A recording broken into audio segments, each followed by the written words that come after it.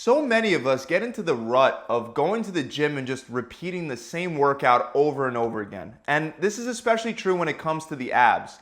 Not only is this boring, but it'll also slow down your progress because your body will quickly adapt to whatever workout and whatever exercises you throw at it. But at some point, you'll start to plateau, and that's the perfect time to introduce a new stressor with new exercises that you could now once again work on improving and mastering for the next couple weeks. That's why today I want to go over 9 ab exercises that I'm sure a bunch of you have never even done before, starting with decline barbell boat rows. To begin this exercise, you'll want to sit back on a decline bench with a barbell or a body bar in your hands. If you have a partner that can hand it off to you, it makes it much easier to get settled in. But if not, you can just stand it up vertically next to the bench and then just tip it onto yourself once your feet are locked in and you're ready. You'll want to keep your elbows bent and hold the bar either close to your body or your hips. Do not lock your elbows out and turn this into more of a shoulder exercise. Instead, you'll want to lean back until your upper body is about even or a little under your knees, and then you'll want to mimic the arc-like rowing motion that you'll get when paddling in a kayak or a small boat. You can go side to side like this for reps, but I would recommend to aim for a certain time under tension, like 30 to 60 seconds, since this exercise has a big isometric component to it. And trust me, in that short amount of time, you'll really feel the burn with this one. Even though you'll primarily be targeting your obliques here, your rectus abdominis, or the six-pack muscle, will also be activated to stabilize and hold your upper body in that decline position.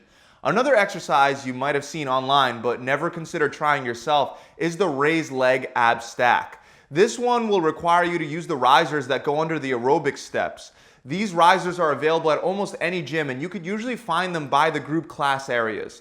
Now, once you have a couple risers, lay down on the ground and position the risers above your head. Also raise your legs up and bend your knees so that your shins are parallel to the floor. Raise your hands above your head, grab a riser, crunch up, and place it on your shins. Then keep repeating until all the risers are stacked on top of each other. From there, you'll want to reverse everything you just did by crunching up and removing one riser at a time from your shins and placing them back behind your head. This exercise is really awesome because it almost incorporates a similar structure to drop sets. As you stack more of the risers on your shins, you have to crunch harder to reach higher. But then after you stack all of them up and you start removing them one at a time, it becomes easier with each riser taken away. A couple rounds of stacking and unstacking and your abs will be toast. Let's move on to another one I rarely see people doing, the TRX multiplanar knee tuck. Here you would start by sitting facing the TRX with your feet under the TRX straps. Cross the TRX straps over each other so that your right foot goes into the left strap and your left foot goes into the right strap. Then throw one foot over the other and turn over so that the straps are no longer crossed over and you're on your stomach. From there, get into a push-up position and brace your core so that your heels, hips, and head stay in a straight line the whole time. Don't allow your hips to drop because that could end up causing a back injury. And don't raise them up too high into a downward dog position. Once you're in the correct starting position, tuck your knees into your chest. But rather than focusing on your knees, concentrate on curling your hips into your chest. Then return back to the starting position and turn your hips over to the side as you tuck your knees once to each side. Repeat this movement for 10 to 20 reps and you can bet that you'll be feeling it throughout your entire core.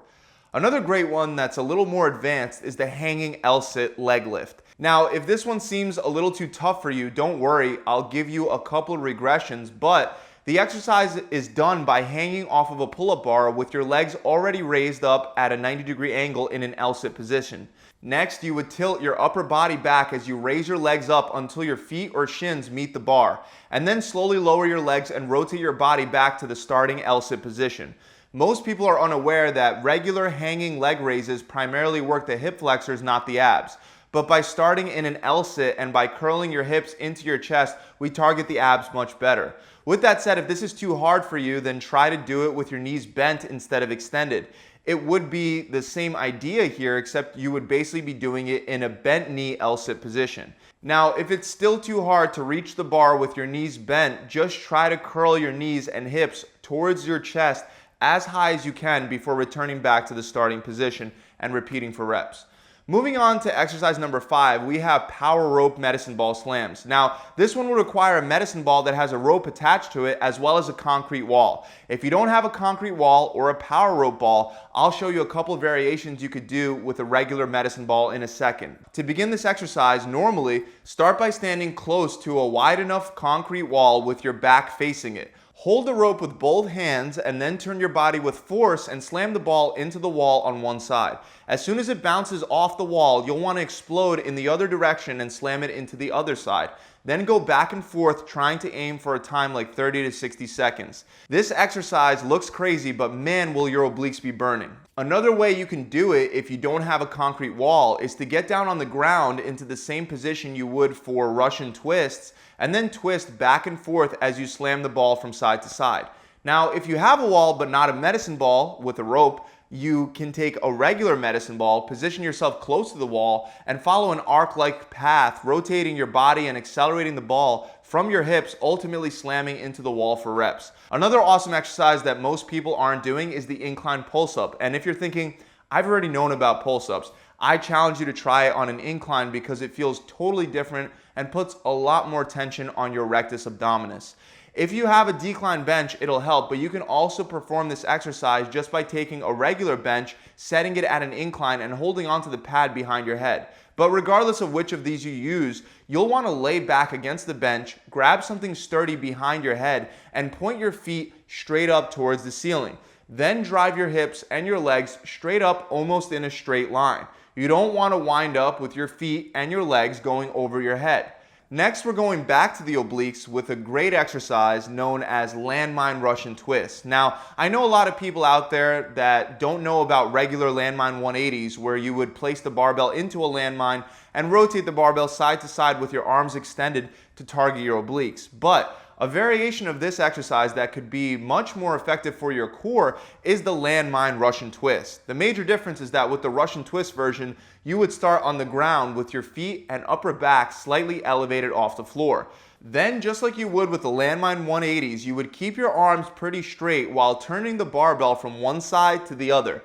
If you're a beginner, you can also regress the exercise by performing it with your feet on the ground to make it easier. Next, we have one that I've shown before but never see people doing: resistance band pikes. To perform this exercise, you would need valve slides or furniture movers as well as a resistance band. You can technically use paper plates in place of the valve slides if you're okay with people at the gym taking pictures of you while you're working out. But in either case, you would start by anchoring the resistance band to something sturdy that won't move when you pull on it. Then step inside the resistance band and put valve slides under both of your feet. Now inch your feet forward until most of the slack is removed from the resistance band and get down into a push-up position. Then while in that push-up position, walk your body forward some more until you feel some resistance pulling you back. At that point, you'll want to slide your valve slides along the floor towards your hands while raising your butt up towards the ceiling. Then return to the original starting push-up position and repeat for reps. If this happens to be too difficult for you, you can also simply do a valve slide knee tuck with the resistance band. Just make sure that you're trying to curl your hips into your chest on each rep. For our last and final exercise, the hollow body rock. For this one, you would start lying on your back and then raise your feet and your upper body slightly above the ground with your hands above your head. Then you would just rock back and forth for a certain time interval, which can be 30 seconds, 60 seconds, or 90 or more seconds depending on your skill level. That's about it, guys. I know some of you may have known at least a couple of these exercises, but I truly hope that I was able to show you at least a few new ones that you can incorporate into your ab workouts. If you enjoyed this video, make sure you subscribe to my channel and hit that bell icon so you can be notified whenever I release new tips and tricks just like these. Also, as always, I want to remind all of you that are watching this video that abs are built in the gym, but they're revealed in the kitchen. Even if you have a solid six-pack, if your diet sucks, you'll always have a layer of fat covering those abs up. So if you want to skip all the trial and error that comes with creating a diet plan that works for you and your body in a sustainable way for the long run, try my body transformation challenge. It'll give you everything you need to shed at least 5% of your body fat in the next 6 weeks. The program comes with a customizable diet plan that can be set up based on your preferences, whether that be intermittent fasting, keto, carb cycling, or vegan and vegetarian, just to name a few. You'll also get a 42-day workout plan with ab workouts included and a full video exercise library that'll provide you step-by-step video demonstrations for each exercise. On top of that, you'll get assigned an accountability coach that'll check in with you every week, answer any questions that you have, and motivate you to hit your goal. To find out more, you can click the link below in the description, or you could visit my website directly at gravitytransformation.com. I'll see you guys soon.